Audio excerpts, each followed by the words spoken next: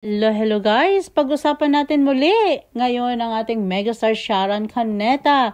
It is worth it na pag-usapan natin ang isang megastar Sharon Cuneta. May chika ako by the way. Vice President Sara Duterte ay isang Sharonian, certified Sharonians ang ating Vice President.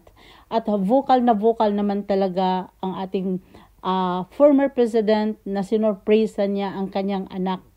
Dinala niya si Sharon Cuneta, megastar, sa Davao para sa birthday ng kanyang anak na si Vice President Sara Duterte. Isang tabi muna natin yung politics, wag natin pag-usapan yun.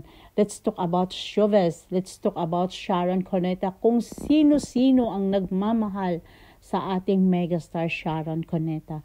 At talaga namang mula nun hanggang ngayon, nung nag-umpisa pa lang siya sa showbiz, talaga namang hanggang ngayon ay minahal at minahal talaga, mas lalong minahal ang ating megastar Sharon Cuneta. Huwag nating isali si Sharon sa politics dahil si megastar Sharon Cuneta ay hindi naman siya talaga kumandidato or naghangad ng isang position sa gobyerno.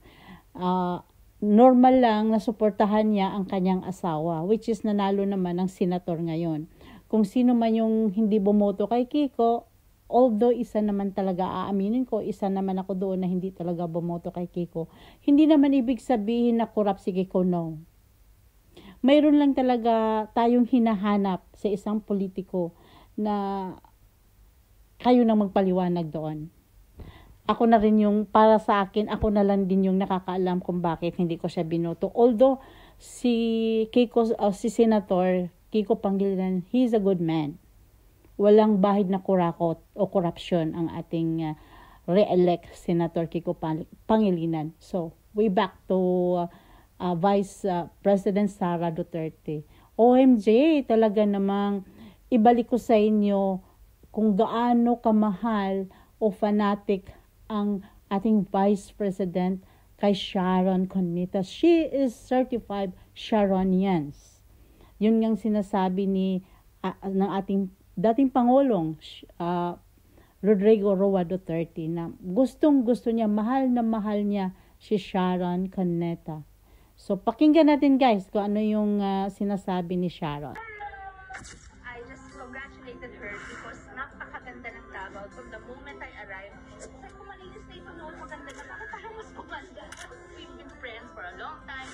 I met her in the 80s, 90s, and we have not lost touch. So this was long before your father decided to run.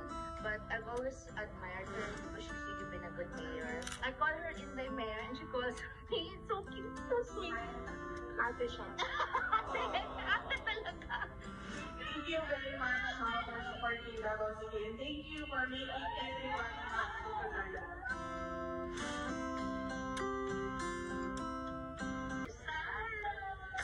I just congratulated her because napakaganda ng Davao. From the moment I arrived, sabi ko, malinis na ito noon, maganda na. Bakit parang mas maganda?